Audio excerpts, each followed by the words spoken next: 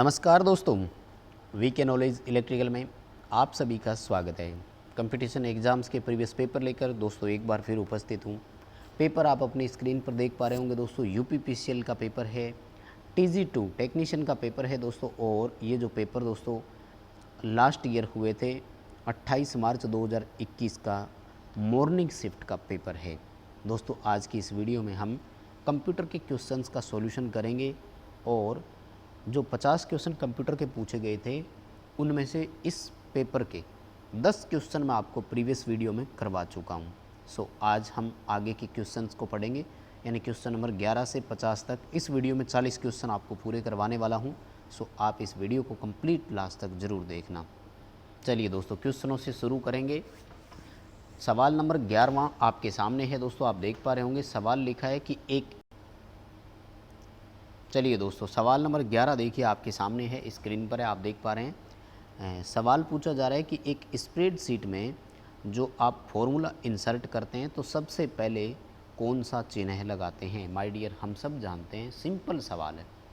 Spreadsheet जो होती है वो माइक्रोसॉफ्ट एक्सेल में तैयार होती है और एक्सेल के सभी फॉर्मूले जो होते हैं दोस्तों वो बराबर के निशान से शुरू होते हैं।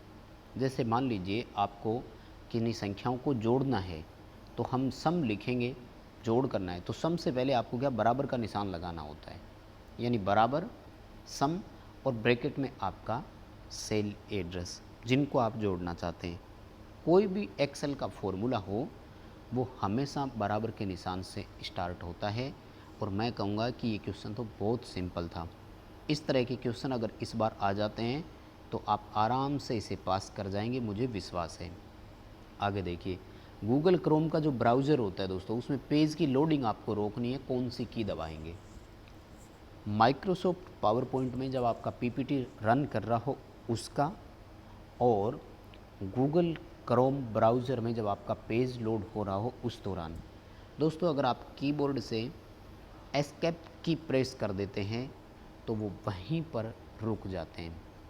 यानी पावर पॉइंट में आप यदि पीपीटी प्रेजेंटेशन को रोकना चाहते हैं तब भी ये आपके लिए सही रहेगा, और अगर आप वेब पेज की लोडिंग रोकते हैं तब भी ये आपके लिए एक विकल्प के रूप में काम कर जाता है।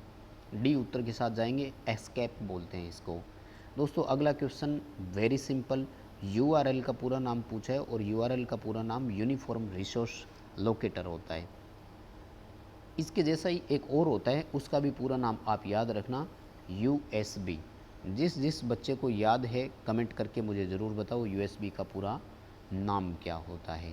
यूएसबी का पूरा नाम वैसे तो आप जानते ही होंगे, यूनिवर्सल सीरियल बस होता है। मैं बता देता हूँ, फिर भी कमेंट करके ज़रूर बताना आपको याद था या नहीं।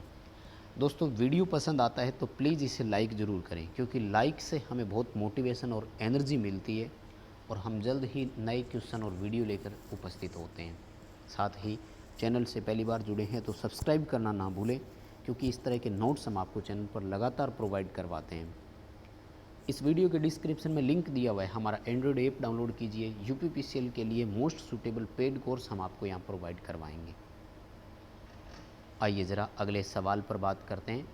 क्वेश्चन पूछा जा रहा है कि कौन सी मेमोरी कंपैरिजन में सबसे ज़्यादा तेज़ है, यानी तुलनात्मक रूप से तेज़ कौन सी है। देखो दोस्तों, सबसे पहला तो हम कंपैरिजन करवा लेते हैं कि रोम और रैम में जब आप तुलना करते हो तो रैम ज़्यादा तीव्र होती है, ज़्यादा फास्ट होती है।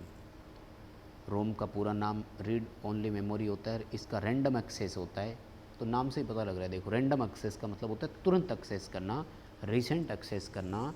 रैंडम का मतलब अति तीव्र या एकदम फास्ट शब्द से जुड़ा हुआ होता है। रीड ओनली मेमोरी और रैंडम एक्सेस मेमोरी, ये पूरा नाम होता है। तो एक तो कन्फर्म हो गया कि रोम तो इसमें नहीं आएगा, है ना। हार्ड डिस्क तो देखो सबसे लास्ट में आता है, तो इसका वैसे ही छोड़ दो। अब आता है रैम। तो दोस्तों रैम के दो प्रकार होते हैं, एक को बोलते हैं डी और एक को बोलते हैं एस। डी का मतलब होता है डायनेमिक रैम। डायनेमिक का देखो नाम से ही पता लग रहा है, गतिशील। गतिशील का मतलब क्या है, ये तो खुद वेरिएबल है। और स्टैटिक का मतलब है कि ये बिल्कुल स्टैटिक है, स्थिर है, इसलिए सबसे तीव्र गति से यही काम करेगी दोस्तों। एस रैम का पूरा नाम कोई आपसे अगर पूछे ना तो बता देना, स्टैटिक रैंडम एक्सेस मेमोरी होता है, और डी रैम का मतलब होता है डायनेमिक रैंडम एक्सेस मेमोरी। अब कंपैरिजन में कोई आपसे अगर कई बार घटते क्रम में फास्टेस्ट क्रम में ऐसे पूछ लेता है वो कि इनको बढ़ते क्रम में सेट कीजिए या घटते क्रम में सेट कीजिए, तो आपका वैसे तुलनात्मक रूप से कैश मेमोरी सबसे तेज़ होती है, ध्यान रखना।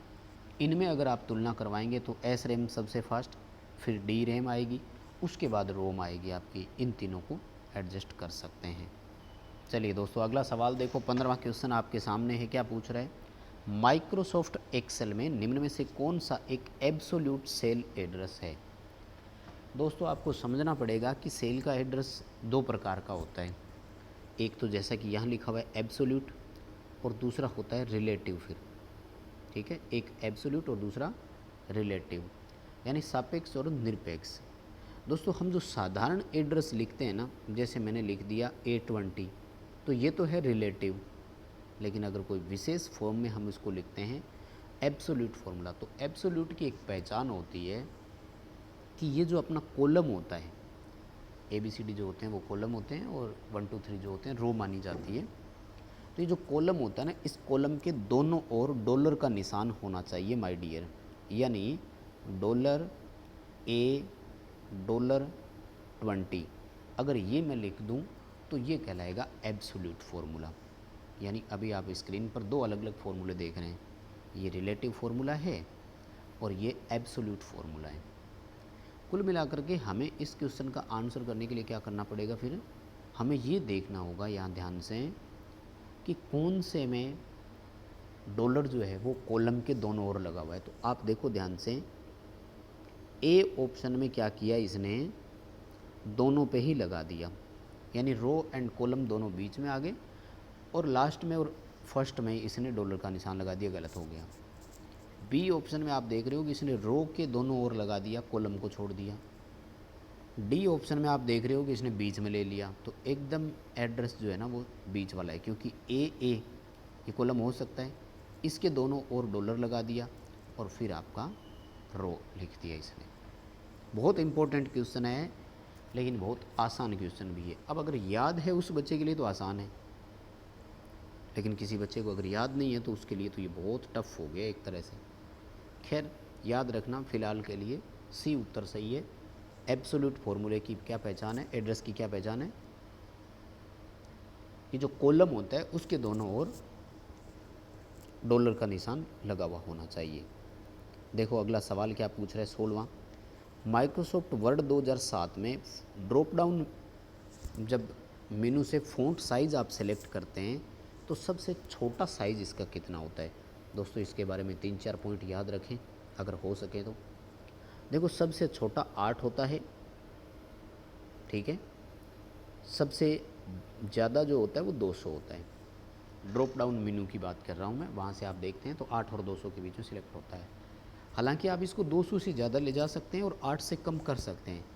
उसके लिए होता है कि आपको कंट्रोल के साथ में ये ब्रैकेट प्रेस करना है, या फिर एक दूसरा ब्रैकेट, यानी छोटा और मंझला ब्रैकेट आपको प्रेस करने हैं। इनमें एक से बढ़ता है 1 1 पॉइंट और दूसरे से बढ़ता है 2 2 पॉइंट। इसी तरह से बाहर वाले निशान का है तो एक से घटता है और एक से 1 1 पॉइंट घटता है और एक से 2 2 पॉइंट घटता है, ठीक है। तो ये आप इसे ज़रूर याद रखना, इम्पोर्टेंट है। कैसे फ़ॉन्ट साइज़ हम इंक्रीज और डिक्रीज कर सकते हैं उसको भी साथ में आप याद रख लिया करो। अगला देखिए दोस्तों, सवाल आपके सामने है कि एक्सेल की स्प्रेडशीट में कौन सी की का इस्तेमाल नॉन कंसेक्यूटिव सेल को सेलेक्ट करने के लिए करते हैं? यानी हमें बहुत सारे सेल सेलेक्ट करने हैं जो कि लगातार नहीं है, तो क्या करेंगे, कंट्रोल को प्रेस करके रखो और जिस जिस सेल को सिलेक्ट करना है उस पर क्लिक कर दो, यानी कंट्रोल प्लस जो जो सेल हमें सेलेक्ट करने होते हैं उसके साथ दबाएंगे तो वो सिलेक्ट हो जाएंगे। अगला सवाल देखो, 18वां क्या करें, निम्नलिखित एक्सेल फॉर्मूले का मान क्या होगा? देखो दोस्तों, इसने क्या किया है कि 64 को 8 से डिवाइड किया है और फिर उसको 4 से डिवाइड किया है, बाद में माइनस करना है 2/2 से। तो एक्चुअल में क्या होता है दोस्तों, एक्सेल पहले डिवाइडेशन अगर आता है तो उसको पहले ही डिवाइड कर देता है, यानी वो 64/8 को हल करेगा और उत्तर कितना आया 8। इसको हल कर लेगा वो 4 से भाग करके तो उत्तर कितना आया 2, और इधर 2/2 को हल कर लेगा तो उत्तर कितना आया 1। यानी वो फाइनली मान में क्या करेगा, 2 माइनस 1 करेगा तो उत्तर कितना आएगा 1, जैसा कि आप ऑप्शन में देख पा रहे हैं ए उत्तर सही होगा। चलिए अगले क्वेश्चन की तरफ बढ़ेंगे। 19वां सवाल देखो, माइक्रोसॉफ्ट पावर पॉइंट 2007 में save as dialog box open करना है, कौन सी शॉर्टकट की लगाएंगे। फर्स्ट ऑफ ऑल दोस्तों, सेव एज क्या होता है, पहले से सेव की गई फाइल को हम दोबारा सेव करते हैं, यानी रीसेव करना जो होता है वो सेव एज कहलाता है। सेव एज के दौरान आप क्या क्या कर सकते हैं, पेपर में ये एक बार सवाल पूछा गया था। तो हम उस पर्टिकुलर प्रेजेंटेशन का या फाइल का नाम बदल सकते हैं, लोकेशन बदल सकते हैं उसकी, यानी कहाँ पर सेव करना है वो बदल सकते हैं अपन उसको। और इसके लिए शॉर्टकट की जो पावर पॉइंट में लगाते हैं वो है Alt + F4, ठीक है, ALT, F2, Alt + F2 है, सॉरी। नेक्स्ट देखिए 20वां सवाल करें कि कौन सी कीबोर्ड शॉर्टकट की का इस्तेमाल करके गूगल क्रोम ब्राउज़र में आपको डाउनलोड विंडो डिस्प्ले करनी है, यानी जो जो चीज़ें आपने डाउनलोड की है वो सारी खुल जाए। तो इसके लिए ऑप्शन होता है Ctrl+J, ठीक है, CTRL यानी Ctrl+J अगर प्रेस करेंगे तो क्रोम में आपने जो जो डाउनलोड किया हुआ है वो विंडो ओपन हो जाएगी और डाउनलोड किए गए डेटा अपन को शो हो जाएंगे। अगला सवाल, एक वर्कशीट के सेल में आपको मल्टी लाइन टेक्स्ट इंसर्ट करना है, यानी एक से ज़्यादा लाइनों में टेक्स्ट आपको डालना है। तो क्या करेंगे, आल्ट के साथ एंटर दबाते जाओ, लाइंस बनती जाएगी, लिखते जाओगे, है ना। अगर आप सीधा एंटर प्रेस कर देते हो तो अगले सेल में चले जाता है ना। सेल क्या होता है वो तो पता ही है, देखो ऐसे होता है। मान लीजिए ये 3 आप देख पा रहे हैं सेल, अगर आप यहाँ काम कर रहे हैं और एंटर प्रेस कर देंगे तो नेक्स्ट इसमें आ जाएंगे आप, लेकिन वहीं आल्ट के साथ अगर एंटर प्रेस करेंगे तो इसी में लिखते जाओगे, ठीक है ना। ये काफ़ी अच्छा है, याद रखने वाला है दोस्तों। ख़ास तौर से मैं आपको बताऊंगा, एक्सेल में अगर कोई भी चीज़ आप पढ़ते हैं ना तो उसका समय निकाल करके प्रैक्टिकल करने का प्रयास करें आप, क्योंकि प्रैक्टिकली आपको ये चीज़ें जितनी याद रहेगी ना बहुत काम आएगी। आगे देखो क्या कह रहे हैं कि इनमें से कौन सी कमांड बटन ऐसा है जो माइक्रोसॉफ्ट वर्ड 2007 के डॉक्यूमेंट में पैराग्राफ को डिस्प्ले कर दे। शो और हाइड का ऑप्शन होगा, उसमें आपको ये दिखा देगा कि कितने पैराग्राफ इसमें बने हुए हैं, यानी पैराग्राफ को अलग अलग मार्क कर देगा वो कि ये 1 paragraph, paragraph number 2, paragraph number 3, इस तरह से नंबर डाल देगा। तो शो और हाइड का एक विकल्प आता है माइक्रोसॉफ्ट वर्ड 2007 में। चलिए दोस्तों अगला सवाल देखो, 23वां क्वेश्चन आपके सामने है कि निम्न में से कौन सा स्टेटमेंट फॉल्स है, गलत कथन के बारे में पूछ रहा है। ध्यान से समझना, ये बहुत अच्छे क्वेश्चन होते हैं। क्यों? क्योंकि इनमें आपको एक ही क्वेश्चन में 4 क्वेश्चन देखने को मिल जाते हैं। सबसे पहला कह रहा है कि जिप फाइल कंप्रेस की हुई फाइल होती है, बिल्कुल सही है। यानी हम एक बड़ी फाइल को छोटी फाइल बना देते हैं, जैसे 5 GB की फाइल है और हम इसको MB में कन्वर्ट करना चाहें, जैसे 200-400 MB में, तो उस फाइल को कंप्रेस करते हैं और उनको जिप फाइल्स बोला जाता है। पूरा नाम बताना मेरे को कमेंट करके, जिप का पूरा नाम क्या होता है, ZIP। सेकंड ऑप्शन देखो, each file has a primary name and extension name. प्रत्येक फाइल के 2 नाम होते हैं, प्राइमरी नेम और एक्सटेंशन। एक्सटेंशन का जो नाम होता है ना वो फाइल के फॉर्मेट को बताता है कि ये है कैसी। जैसे .pdf लिखा हुआ है, इसका मतलब पोर्टेबल डॉक्यूमेंट है। जैसे .docx लिखा हुआ है, इसका मतलब MS वर्ड की फ़ाइल है। .pptx लिखा हुआ है, इसका मतलब पावर पॉइंट की फ़ाइल है। यानी डॉट से एक नाम पहले होता है, वो फाइल का प्राइमरी नेम होता है और उससे यूज़र अपनी तरफ से दे सकता है, कुछ भी नाम उसमें दे सकते हैं। तो बी ऑप्शन भी सही है। डी कह रहा है कि PDF जो होती है वो पोर्टेबल फाइल होती है, तो ये भी सही है। लेकिन आप देखो तीसरा ऑप्शन क्या कह रहा है, a file name can not contain any special character, ये गलत है। यानी फाइल के नाम में कोई स्पेशल करेक्टर नहीं हो सकता, तो ये गलत है। ये हो सकता है, कोई दिक्कत नहीं है इसमें, है ना। तो चलिए दोस्तों यही करवाएंगे आज के इस वीडियो में, और नेक्स्ट जो है आपको अगले वीडियो में बचे हुए क्वेश्चंस और सॉल्यूशन करवाएंगे। वीडियो लाइक शेयर ज़रूर कर देवें।